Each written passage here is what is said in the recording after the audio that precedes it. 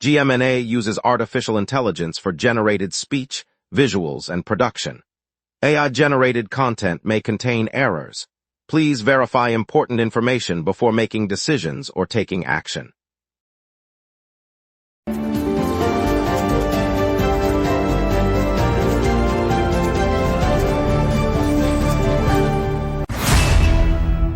Good morning, Montreal. I'm Lauren Dupuis. Today we'll celebrate the freshly renovated basketball courts in Martin Luther King Park and preview the bustling board game festival downtown. Expect moderate traffic delays with several road closures and a quick look at tomorrow's poetry and splash pool lineup. Over to you, Ryan. The newly refurbished basketball courts in Martin Luther King Park opened yesterday after months of renovation work. The courts feature modern lighting, fresh surfacing, and additional seating for families and local teams. A community basketball tournament is scheduled for next weekend, inviting players of all ages to compete. All right, let's get into it.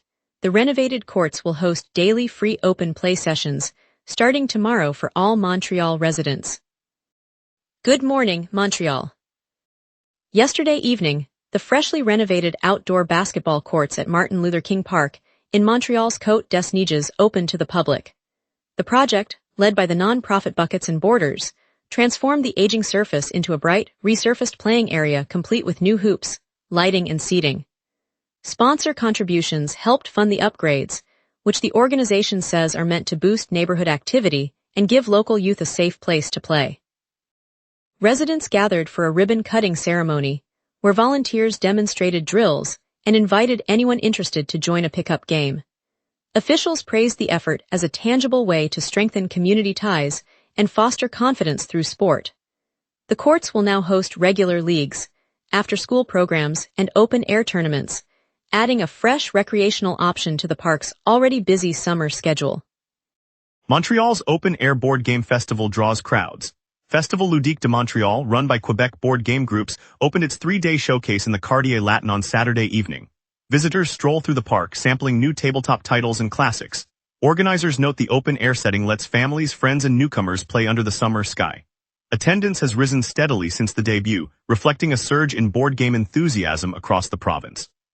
The festival runs through Sunday and Monday, offering demo stations, quick play tournaments, and chances to buy games from designers. With over 100 games on display, the event adds a lively cultural note to Montreal's summer calendar. The 3-day open-air exhibition began at 6:51 p.m. EDT on July 25 and will continue through July 27. Organizers anticipate that the festival will attract thousands of players by the final day, reinforcing Montreal's reputation as a hub for tabletop gaming. Yesterday, the Quebec Coroner's Office announced an investigation into the deaths of 3 children who had been placed under the care of Batcho Youth and Family Centers, the English language agency that provides youth protection services in the city. The case involves 2 teenagers and a 4-year-old girl, all of whom died while in the agency's custody. Authorities said the coroner will examine medical records, circumstances of the fatalities, and the agency's handling of the minors. Batcho has pledged full cooperation with the probe and said it is reviewing its protocols. The coroner's mandate includes determining cause of death and any contributing factors, a process that can take several weeks. The coroner's report is expected to detail any systemic failures and will be shared with provincial officials. Families of the children have been notified, and the investigation remains ongoing. Inter Miami secured a narrow victory over the home side yesterday, despite playing without Lionel Messi. The match was briefly suspended when German Berterame collapsed after a clash that left him with a head injury. Medical staff attended the field, confirmed he was unconscious for a short period, and then cleared him to leave the stadium. Play resumed after a few minutes and Miami pressed forward, ultimately edging the Montreal club by a single goal. Coaches on both benches emphasized player safety, noting the quick response helped prevent further complications. Fans in the stands remained attentive as the game concluded, applauding the effort of both teams. The result adds 3 points to Miami's MLS campaign, while the Montreal squad looks to regroup ahead of its next fixture. The encounter unfolded at Stade Saputo, drawing a lively crowd of local supporters. Scientists announced today that a transmissible melanoma has been identified in brown bullhead catfish inhabiting Lake Memphremagog, the waterway that straddles the Quebec-Vermont border. The research team found that roughly one-third of the sampled catfish carry malignant tumors, a proportion that suggests the disease spreads among the population. This marks the first recorded instance of a contagious cancer in any fish species. Until now, transmissible cancers have been documented only in a handful of mammals, such as dogs with canine transmissible venereal tumor and Tasmanian devils suffering from facial tumor disease. The discovery raises concerns for the lake's ecosystem and for anglers who frequent its waters, though authorities have not indicated an immediate threat to human health.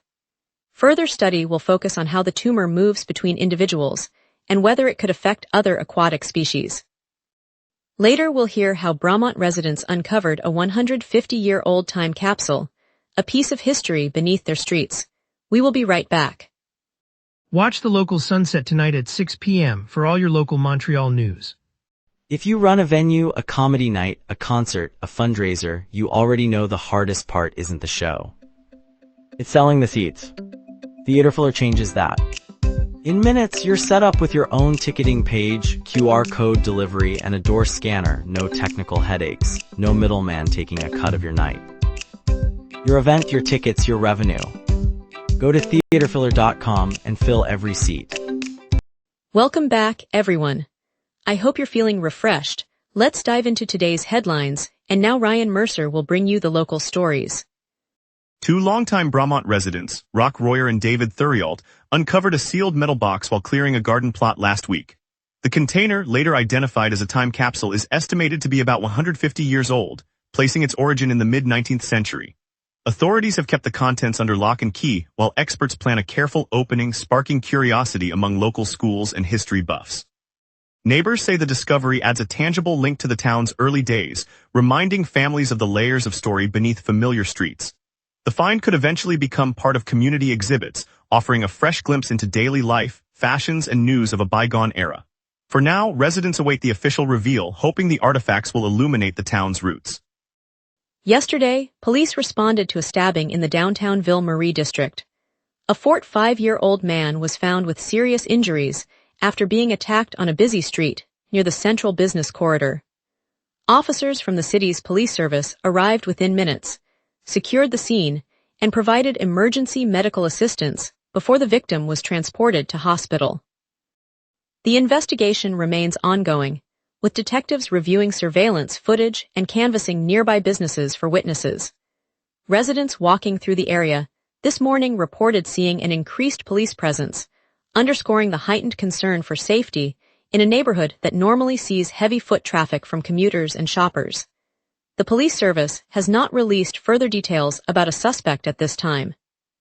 Yesterday, gasoline prices in the greater Montreal area surged to almost $2 per liter, marking the latest jump in a steady climb that has strained commuters and families alike. The increase was reported across the region's service stations, with most pumps displaying rates just shy of the $2 threshold. Drivers said the higher cost is already prompting changes in daily routines, from opting for carpooling to trimming non-essential trips. Many commuters anticipate longer travel times as they adjust routes to avoid peak hour traffic and higher fuel expenses. Local retailers noted a sharp rise in demand for fuel-efficient vehicles and public transport passes. Economists warned that the upward trend could linger if global oil markets remain volatile, further tightening household budgets.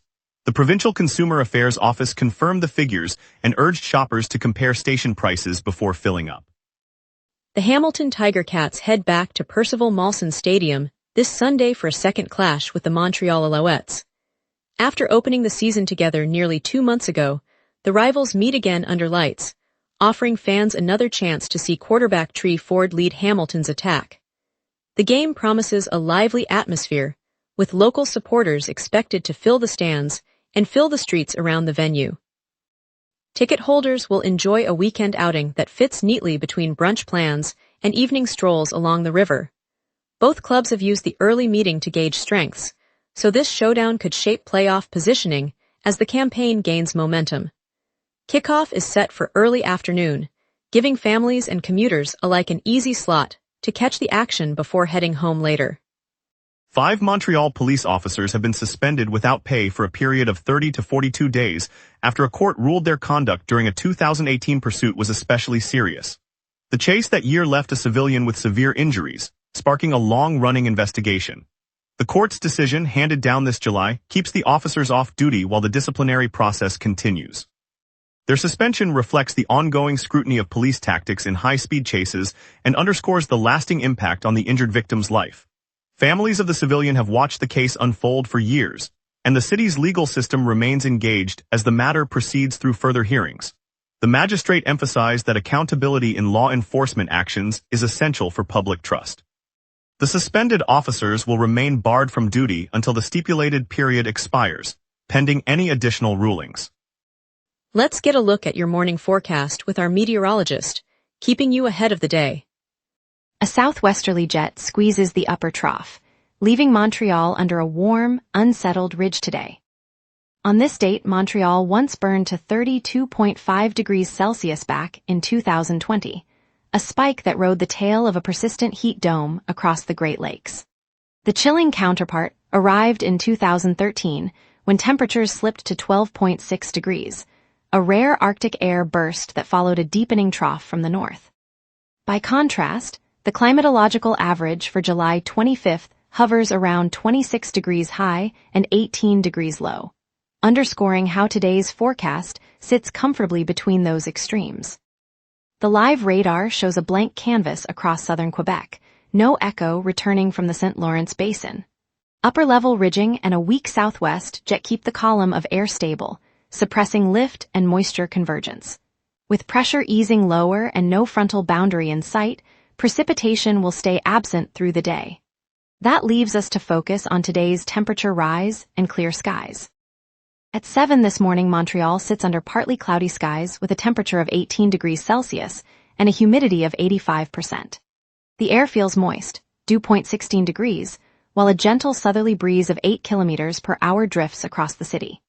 Near average pressure is easing lower, signaling a gradual shift toward unsettled conditions, but the 500 hectopascal ridge anchored by a southwest jet of 38 kilometers per hour traps warm air aloft. That ridge fuels today's high of 31 degrees and keeps the sky mostly clear. UV index sits at 7, and wind will peak at 14 kilometers per hour from the southeast, well below gust concerns. No weather alerts are active, so the focus remains on the heat building through the afternoon. Looking ahead, Sunday will climb to a high of 29 degrees with a low of 18, under mainly clear skies that should hold the heat steady. Monday nudges a degree higher, reaching 30 degrees at the peak and dropping to 19 overnight, while a persistent clear sky limits any moisture influx. Tuesday marks the first wet spell, with temperatures peaking at 27 degrees and a low of 19. Overcast cover and a 60% chance of rain will dominate the afternoon. Wednesday eases to 25 degrees at maximum and 18 at night, bringing light rain and the same probability of precipitation. Thursday cools further to 23 degrees high, staying at 18 low, with partly cloudy skies but another 60% rain risk, keeping the week's moisture cycle active. And that's your weather. Remember, the local sunrise is also available as a podcast. Listen anytime on iHeartRadio or wherever you get your podcasts. We'll update traffic, preview the Splash Pool Party ED3, and hear why Steve's music store closes after 61 years. We will be right back. Watch the local sunset tonight at 6 p.m. for all your local Montreal news.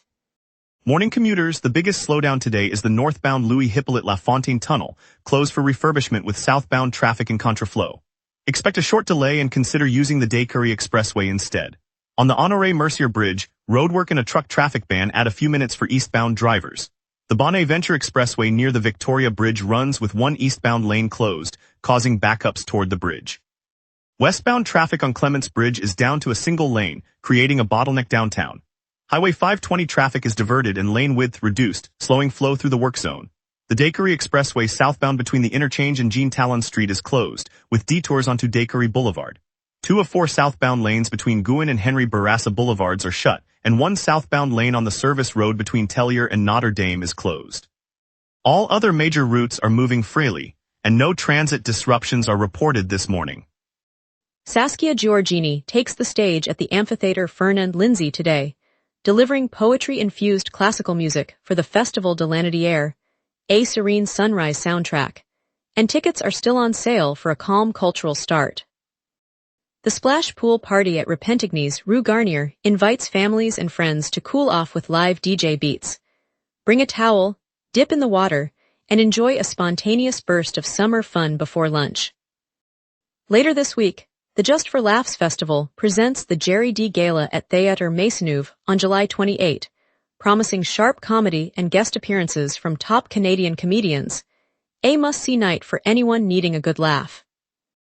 Marking the end of the month, Ashiga launches at Parc Jean Drapeau from July 31 through August 2, offering international acts, multiple stages, food trucks, and an art market. Plan a full-day escape for music lovers. And now here's Tyler with sports.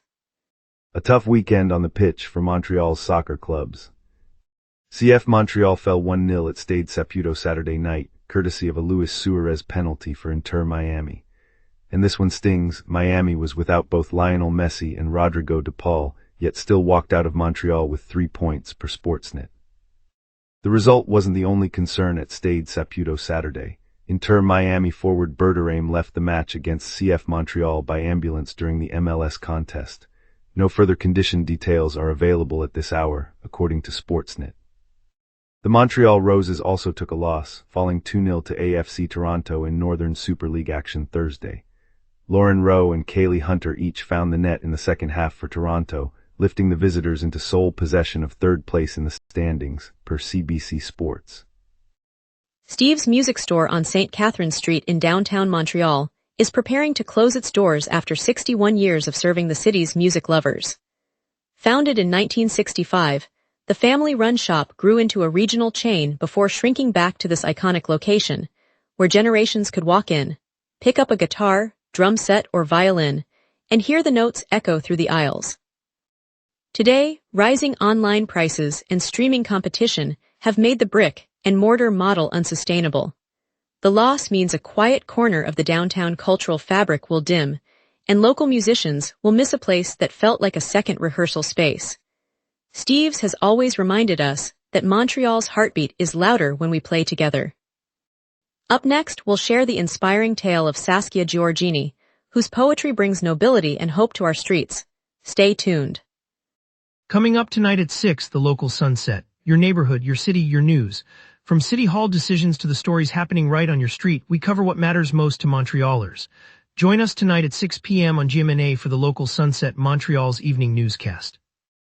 On a quiet Saturday night on St. Laurent Boulevard, the low hum of conversation at Le Petit Clocher was interrupted when a familiar face, once a courtroom advocate, stumbled to the bar, a BB gun tucked under his coat. The patrons, accustomed to the clink of glasses, paused as he, slurring a claim that he was a Viking and a hitman, lifted the harmless-looking weapon. A seasoned bartender, Marie, kept her voice steady, guiding the crowd to the exit while a nearby off-duty officer called for help. Within minutes, the police arrived, and the scene diffused without a single shot fired.